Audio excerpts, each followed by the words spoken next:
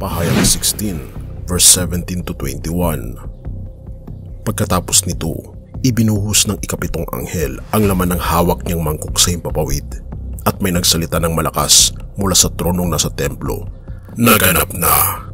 Umitlat, kumulog, at lumindol ng napakalakas. Ito ang pinakamalakas na lindol mula pa nang likhain ang tao dito sa lupa. Nahati sa tatlong bahagi ang malaking lungsod at nawasak ang lahat ng lungsod sa buong daigdig. Hindi nga nakaligtas sa parusa ng Diyos ang tanyag na Babylonia. Pinainom siya ng Diyos ng alak mula sa kopa ng kanyang matinding puot. Umalis ang lahat ng mga pulo at nawala ang lahat ng mga bundok. Umulan ng malalaking batong yelo na tumitimbang ng halos 50 kilo bawat isa at nabagsakan ang mga tao at binapastangan ng mga tao ang Diyos dahil sa nakakapangilabot na salot na iyon. Humanda na kaibigan sapagkat ang ating pag-uusapan ngayon ay talaga namang nakakamangha at talaga namang magbubukas sa atin ng matinding kaisipan na tayo ay namumuhay na sa huling kapanahunan.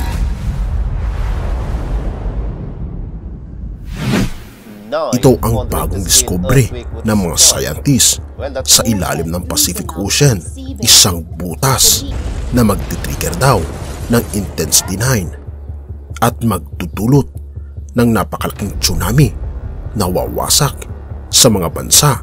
Atin itong pag-usapan, mga kaibigan.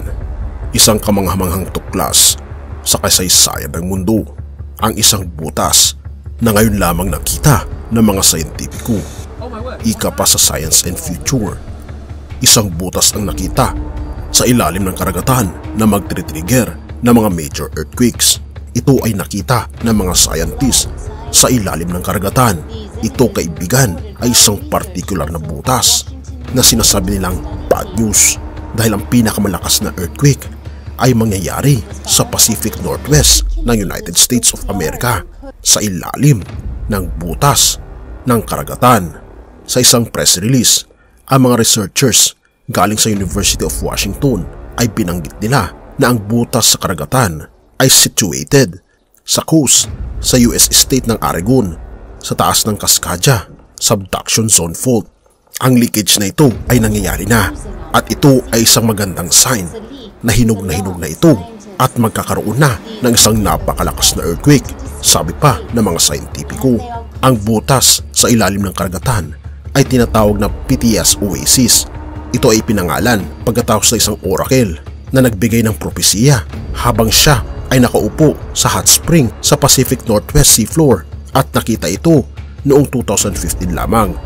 At ngayong taon, mga kaibigan, isang journal ang nag-update ng patungkol sa butas na ito na nag-advance na ang posibilidad na ang pinakamalakas na earthquake ay magaganap na dahil nakitaan nila ang mga tectonic lubricant na mga sinyalis, mga kaibigan, na matitrigger na ang matinding earthquake na ito. Binabanggit nila na ito raw ay aabot ng magnitude 9 sa kasaysayan ng Pilipinas. Ang pinakamalakas na lindol na ating naranasan ay magnitude 7.8. Ito ay nangyari pa noong 1800s.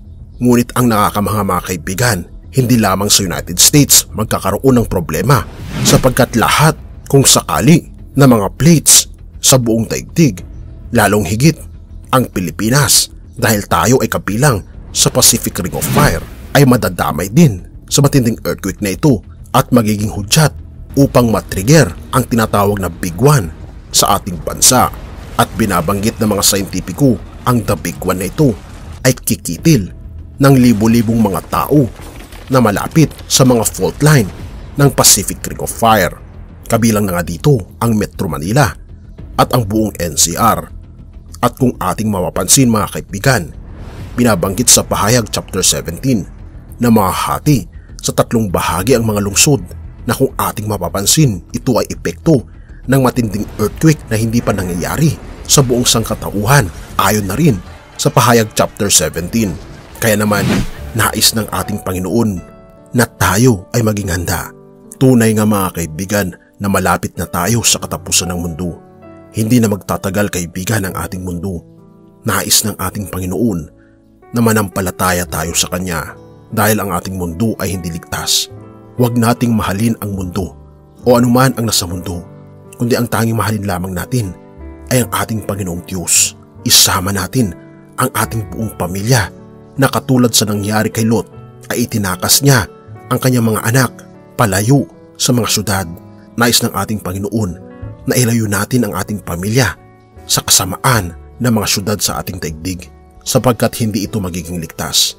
At nawa ay makita natin ang fortress, ang kaligtasan natin na makakamtan lamang natin sa piling ng ating Panginoong Diyos. Purihin ang ating Panginoong Diyos, mga kaibigan, at salamat sa iyong panonood. Tayo'y manalangin. Ama naming banal, makapangyarihan naming Diyos, tunay nga na kami ay nabubuhay na sa huling kapanahunan. Tulungan kami, Panginoon, iligtas kami kasama ng aming mga pamilya at gabayan kami sa tunay na landas ng kaligtasan na walang iba kundi ang aming Panginoong Hesus. Salamat, Panginoon, sa inyong pag-iingat sa amin at patawarin kami sa lahat ng aming pagkukulang at pagkakasala sa pangalan ni Hesus. Amen.